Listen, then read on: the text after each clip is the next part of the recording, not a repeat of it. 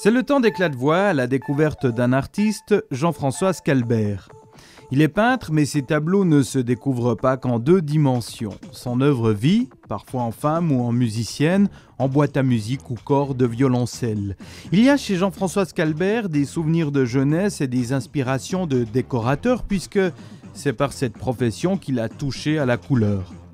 Ces tableaux sont là devant nous, alors comment est-ce que vous pourriez définir votre œuvre, Jean-François Scalbert? J'ai envie de dire, vous avez qu'à regarder, mais c'est clair que c'est pas radiophonique comme remarque. Bon, je dirais que j'ai été énormément influencé par un milieu musical dans lequel j'ai passé mon enfance. Donc ce qu'on trouve principalement, c'est des instruments de musique. Je ne pouvais pas me contenter de peindre des instruments de musique, il fallait aussi leur donner le son. Et c'est pourquoi, petit à petit, je me suis dirigé vers des sortes d'automates musicaux.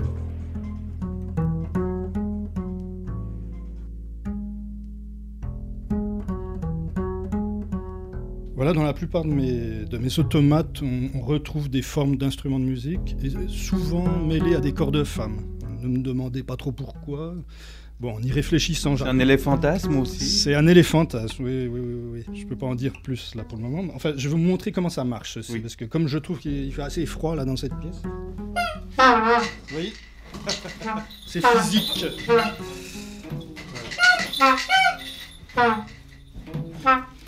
Donc je suis en train de piétiner une sorte de matelas pneumatique.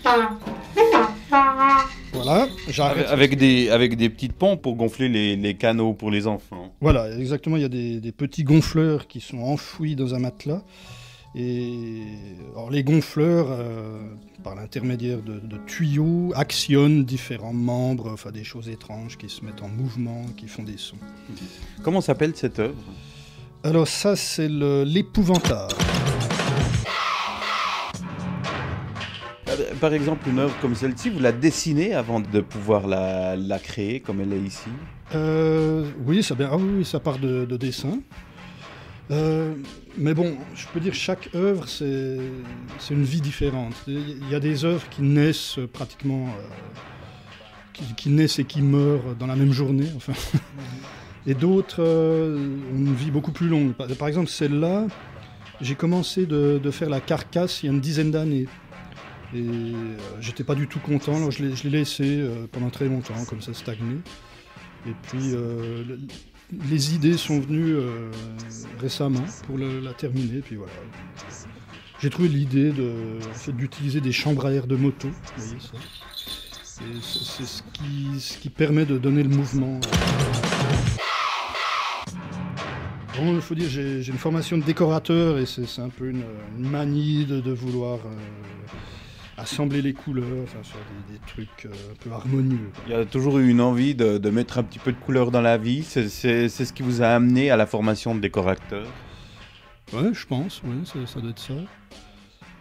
Mettre de la couleur dans la vie, oui. C'est une idée. C'est une idée, mais... Et pourtant, j'ai envie de dire que je vois tout en gris.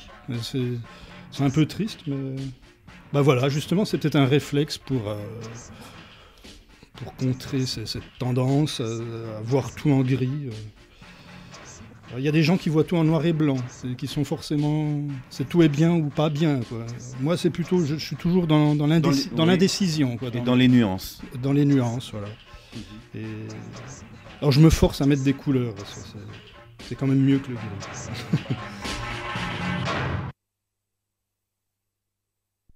Les peintures de Jean-François Scalbert vivent en couleur et en musique. Dans sa maison, on ne s'y trompe pas puisque c'est tout l'univers du peintre que l'on retrouve. Ses parents étaient artistes et lui aussi, dès son enfance, voulait le devenir. Ça, c'est un désir qui remonte vraiment à ma plus tendre enfance. Sur la porte de ma chambre, il y avait écrit « artiste peintre ». Donc c'est quelque chose... Oui, c'est quelque chose que j'ai toujours voulu faire. Vos parents étaient déjà artistes. Qu'est-ce qu'ils ont dit le jour où vous avez accroché ce panneau artiste peintre? Je m'en souviens pas. Je pense que mon père a dû dire quelque chose du style tu feras déjà des études, après on discutera. Il s'est planté complètement. Bon, enfin, en parenthèse. Les études, je les ai faites, mais beaucoup plus tard, en fait. Bon. J'ai toujours eu envie de devenir peintre, mais en fait, j'osais pas le faire. J'avais l'impression de ne pas mériter le statut de peintre pendant très longtemps. C'est quelque chose d'assez curieux. Peut-être parce que justement, j'ai pas fait les beaux-arts, j'ai pas de diplôme. Par rapport à ça, je suis complètement autodidacte. Hein. Alors bon, ça m'a donné un complexe quand même pendant très longtemps. Et finalement, il y a seulement 15 ans que je me suis mis vraiment à faire des huiles, à faire des peintures où il n'y avait plus le prétexte du mouvement, de la musique, de choses comme ça.